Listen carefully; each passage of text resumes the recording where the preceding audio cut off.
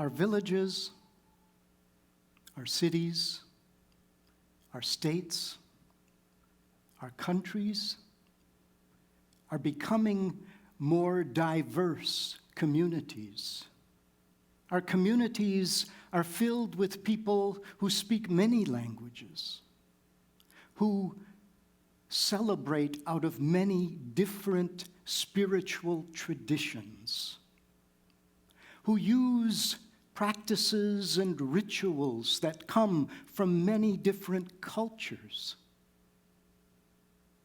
And sometimes, when we face all of those differences, we respond in fear, or at least apprehension. So in order to celebrate all of the differences of our diverse communities, we also have to understand how we are connected with each other, how we share the same principles that help us make wise decisions in whatever community we are part of. Over the last few generations, we've been trying to change our fundamental metaphor for understanding community from the melting pot, where we boil away all of the differences to get to one monoculture, one way of thinking, to the metaphor of the salad bowl, where all of those delicious flavors are mixed together. They're all present there in their uniqueness. But in the mixing, we find that we have a richer community, a more flavorful community than if we try to boil away the differences. But in order to live in a salad bowl community where we truly appreciate all of those differences, again, we must try to understand the ways in which we share fundamental principles. In about 40 years of teaching world religions and cultures, I've begun to understand some of those foundational, cross-cultural, cross-religious, cross-ethnicities, cross-races commonalities. And I'd like to share with you 3 of those this afternoon. The first, you might have heard of before: respect all persons. We've heard this in several other talks today. It is so foundational. If you look at the great Eastern traditions of the world, Hinduism and Buddhism and Jainism and Taoism, you find the principle at the core of those traditions, the principle of ahimsa, non-harming, non-violence. But that's the negative way of stating it. What it really means is respect, the dignity, the preciousness, not only of every human being, but every sentient being. We've heard about the golden rule and the platinum rule. We find over all of our cultures and religious traditions of the world expressions of this fundamental rule: to treat others the way they want to be treated, to treat others with dignity, to treat others like they matter. When we begin to see that this is a shared principle, a common principle that is part of all of our traditions, then we begin to use it more fully in our own decision-making process. Whether that's in our civic communities or in our workplaces, we call in all of the stakeholders. We intentionally invite those who are at the margins, whose voices don't always get heard. those who are disenfranchised, and we listen deeply to those stories. And then, in making the best decision, we decide not what's good for me, or what's good for my group, or what's good for my tribe, but what's good for the common human community. I learned this in an unusual way as a child from my grandpa Boelhower. I learned that every story of a life is a precious story, that every person might be thought of as a unique and individual story. My grandpa Boelhower was Dutch. He came from the old country. Some people thought of him as kind of a recalcitrant, stubborn, too serious, kind of ornery guy. He liked to do things his own way, and he never actually learned English. He learned a few words, he got along, but he mostly spoke Dutch. And somehow, even though I never learned Dutch, he and I got along just fine. I loved to watch him work, and work hard he did, almost every day of his life until he died at 101. He worked in his tar-papered tool shed in the backyard. And one of the things he did best was sharpen things. Everything had to be sharpened: his axe head, his spade tip, his hoe. And he grew amazing vegetables in his garden. But every couple of weeks, he would hold those implements of his work against that hard grinding stone, and the sparks would fly off like splinters of lightning. But then, there was one day when he wouldn't let me in. When he was sharpening our skates to their most graceful edge. It was a cold day in January, and he left me standing outside the shed, and I heard those shining skates sharpened. He wouldn't tell me why he wouldn't let me in. But Mother told me. After he came to America, his youngest child, a daughter, was born like a promise in this new land. But when she was 4, she became quite sick.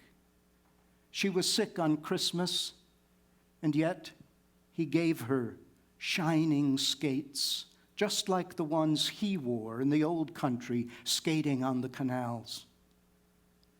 But she never put her feet in them. She died on a cold, cold day in January.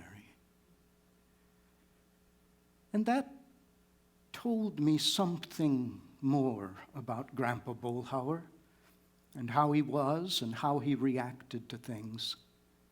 You see, each one of us is a special, precious, unique story. It's never repeated ever again in the whole universe. And when we begin to treat each other that way, even if we don't know the whole story, we make room for it all.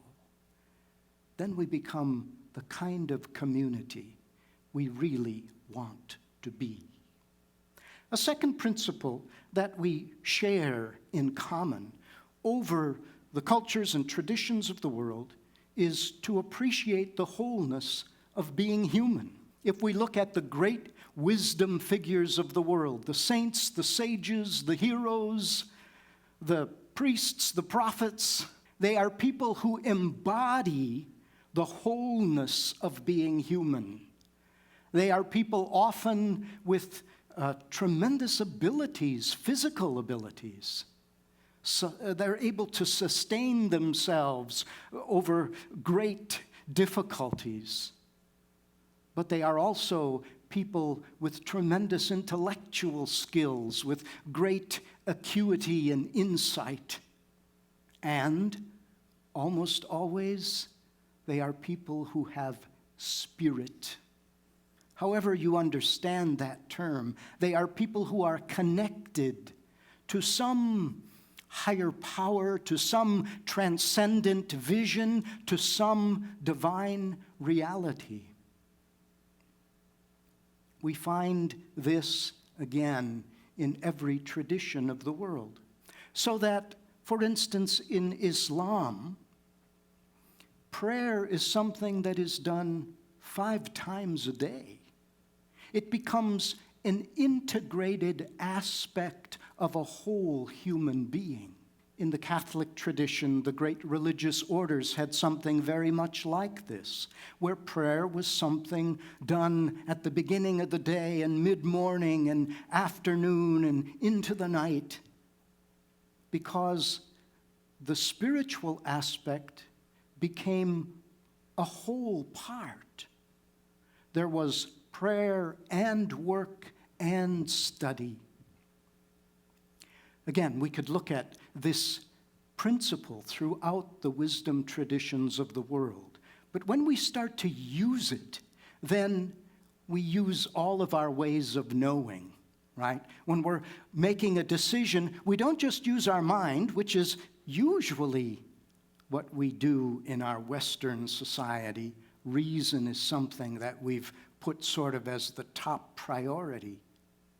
But what about questions of how do we feel? What does our heart tell us? Here's a challenge. Next time you're in a really difficult meeting and there's a difficult discussion about the decision that has to be made, ask everybody just to take 2 minutes of silence. 2 minutes of silence. And I guarantee you that the conversation will change. We need to use all of our ways of knowing in order to make really wise decisions in our communities. And when we do, then we choose what brings integration, what brings wellness. We don't just focus on one aspect of who we are, but we look for ways to continue to be whole human beings, body, mind, and spirit. A third principle: recognize the interconnectedness of all reality. Here again, this is a principle that we find throughout the wisdom traditions of the world. If you look at indigenous peoples on every continent, there is a deep sensitivity to not only us 2-legged ones, but the 4-legged ones, the winged ones, the swimming ones. All of them are understood as my relations. All of my relations. If we look at the Abrahamic traditions of the world, Judaism, Christianity, Islam, we find that there is this deep recognition that all reality comes from the divine and bears the mark, the beauty of the divine. This idea that we are all interconnected is a fundamental realization across the cultures and traditions of the world. And when we start to use that sensitivity, when we're making decisions, when we're in that process of weighing things, we not only look at individual events and individual persons, but we look at systems. We look at our educational system and the difficulties we're having with opportunity gaps. Not because individuals aren't able to do the work, but because we have a system that doesn't actually treat people fairly.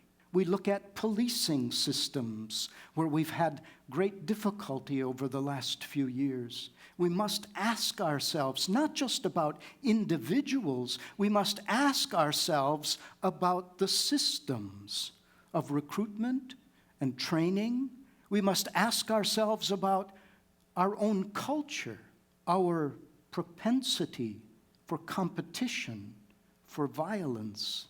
When we begin to use this sensitivity to the interconnectedness of reality, then we choose not only what supports one part of the bottom line, which we often talk about, profit or prosperity, but we recognize that the bottom line is really triple, right? It includes people, the spirit of people, the wellness of people.